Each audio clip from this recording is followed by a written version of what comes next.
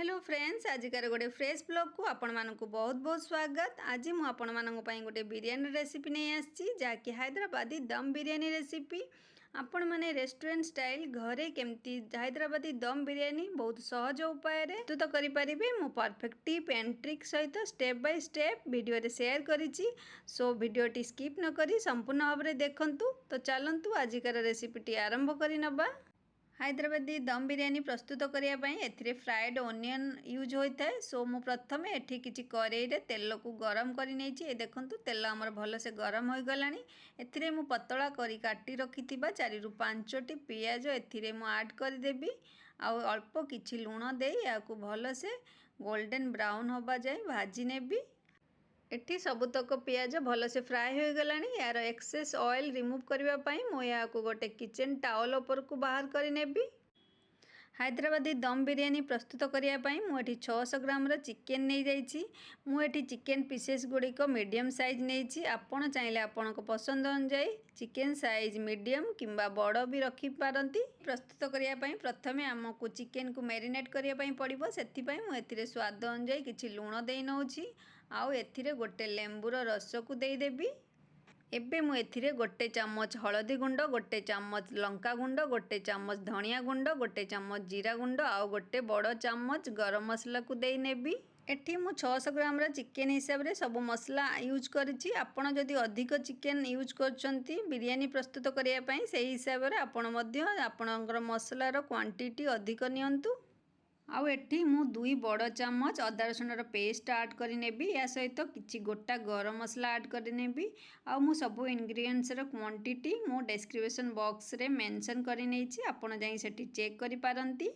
एबे मु प्रथम रु फ्राई करी रखिथिबा ऑनियन को एथिरे गोटे कप देई नेबी।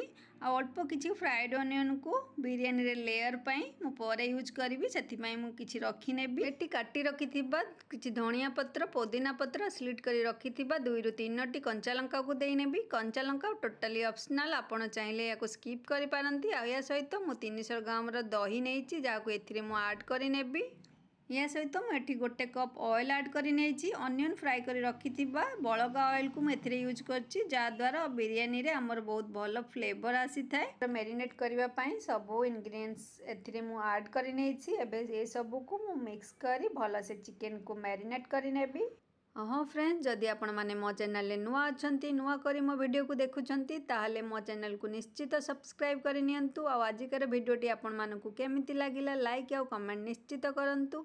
आ घरे एपरी परफेक्ट हैदराबादी दम बिरयानी प्रस्तुत करिया पई मोर सबु स्टेप को फॉलो करंतु। आ वीडियोटी संपूर्ण देखंतु। ये देखंतु चिकन गुडी को भल से मैरिनेट कर नेछि। आ या को मु कवर करी 2 घंटा पर्यंत फ्रिज रे रखि नेबी। आपण चाहिले या को 3 ରୁ 4 घंटा पर्यंत बाहर किंबा फ्रिज रे मैरिनेट करी रखि पारंती। आ मध्य चाहिले आपण या को ओवरनाइट मैरिनेट करी रखि पारंती फ्रिज रे।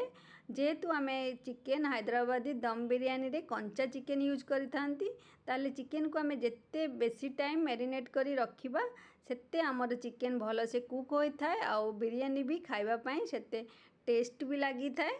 एबे मोर चिकन को मैरिनेट होबार गोटे घंटा हो गलानी। एबे मु एठी बिरयानी प्रस्तुत करिया पई 600 ग्राम रो चावल नै जाइछि जाकि लॉन्ग बासमती राइस।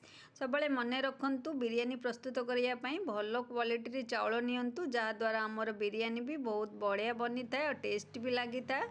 आ यही चावल को मु भल से 4 ରୁ 5 थर भल से धोई नेबी। आ या को अल्प किछि पानी देई गोटे साइड रे भिजिबा पई रखि नेबी गोटे घंटा पई। जेहेतु आज हैदराबादी दम बिरयानी आमे घरे प्रस्तुत करूचंती रेस्टोरेंट स्टाइल ले, तो रेस्टोरेंट रे तो कलर यूज होई थाए बिरयानी ले। सो मु एठी किछि केसर को क्षीर रे भिजेई नेछि। आ एथिरे गोटे pinch orange food colour add करि नेबी। आपण चाहिले आपण पसंद अनुसार किछि भी कलर ऐड करि पारंती। आ या को मध्य टोटली स्किप करि पारंती। सो या को मु मिसेई भलो से गोटे साइड रे रखि नेबी। आ बिरयानी प्रस्तुत करिया पई मु एठी गोटे बड़ बाउल ले पानी को भल से गरम करि नेछि। आ एथिरे 3 ରୁ 4 चम्मच मु एथिरे लूण ऐड करि नेबी। आउ फ्लेवर पई किछि गोटा गरम मसला एथिरे ऐड करि नेबी। एटी स्लाइस करी रखिथिबा किछि लेंबू को देई नेबी। आ काटी रखिथिबा किछि धनिया और पुदीना पत्र को देई पानी को भल से फुटेई नेबी। पानी को भल से फुटेइबा द्वारा सब स्पाइस रे फ्लेवर पानी रे आसी जाई थाए। आ राइस को कुक कला बेले राइस रे सब फ्लेवर स्पाइस फ्लेवर आसी थाए जहाँद्वारा राइस आमर बहुत टेस्टी बनी थाए। ये देखंतु पानी को फुटिबार एठी 3 ରୁ 4 मिनिट हो गलानी। एथर आमे सोक करी रखिथिबा चावल को एथिरे मु देई नेबी आउ या को हाई फ्लेम रे 3 ରୁ 4 मिनिट जाए भल से कुक करी नेबी। हाँ फ्रेंड्स, सब बेले मन रखि था बिरियानी प्रस्तुत करने 1 घंटा पूर्वर चावल को भल से सोक कर नियंतु। आ चावल को कुक कला बेले सब बेले हाई फ्लेम रे 3 ରୁ 4 मिनिट जाए कुक करंतु। या को ओवर कुक करंतु नहीं, मात्र 80% कुक करंतु, बाकी 20% एमिति भी आमर चावल को दम रे रखला बेले सिझी जाए थाए। या भितर मोर चिकेन को मैरिनेट होबार 2 घंटा हो जाइछि। मो या को फ्रिज रु बाहर करि नेबी। एठी बिरियानी प्रस्तुत करने मु गोटे सिल्वर टॉप नहीं जाइछि जो मैरिनेट चिकेन को देदेवी। या को भल भाव में चारिआडे मु स्प्रेड करिनेबी। मन रखंतु बिरियानी प्रस्तुत कला बेले सब बेले गोटे हेवी बटम पॉट यूज करंतु जहाँद्वारा आमर बिरियानी पोड़ीबार तलू चांसेस न थाए आ बिरियानी भल से भी कुक होता है। ये देखंतु चावल को आमर कुक होबार 3 मिनिट हो गलानी। आम चावल भी परफेक्टली कुक हो गलानी। ए गरम गरम राइस को मु भल से छाणी नेबी आ चिकेन ऊपर इवेनली सबुआड़े एभली भाव में मु स्प्रेड करि नेबी। हाँ फ्रेंड्स, मन रखंतु ए लेयर करने समय रे राइस रे यूज होइथिबा गोटा गरम मसला को निश्चित बाहर कर नियंतु, नहले ए बिरियानी खाइला बेले आमर पार्टी रे आसी थाए आ बिरियानी खाइबा पई मजा आसी न थाए। ये देखंतु राइस को भल से लेयर करी नेछि। एठी मु या ऊपर किछि गरम मसला को स्प्रिंकल करी नेबी आउ या ऊपर फ्राई करी रखिथिबा पूर्वरु किछि ओनियन को देई नेबी आ काटी रखिथिबा पुदीना और धनिया पत्र को देई नेबी आउ 2 बड़ चामच एथिरे घिओ देई नेबी। हैदराबादी दम बिरियानी को टिके कलरफुल करने मुझे प्रस्तुत करी रखिथिबा किछि कलर को ऐड करी नेबी। या टोटाली ऑप्शनल, आपण चाहिले पूरा पूरी भाव में या को स्किप करी पारंती। आउ या को मु भल भाव में गोटे एल्युमिनियम फॉइल साहाय्य चारि पाखरु टॉप को कवर करी नेबी आउ या ऊपर मु लिड को बंद करी भल से चारि पाखरु बंद कर नेबी। बिरियानी प्रस्तुत करने मुझे मोर गोटे पुराना तावा को भल भाव में गरम कर नहीं। जदि बिरियानी प्रस्तुत कला बेले आपणकर पट बहुत पतला अच्छी ताले ए प्रोसीजर आपण फॉलो करंतु, अदरवाइज आपण या को स्किप करि पारंती। आउ यही तावा उपरे मु बिरियानी पट को रखी नेबी आउ या को 2 ରୁ 3 मिनिट जाए हाई फ्लेम रे गरम करि नेबी।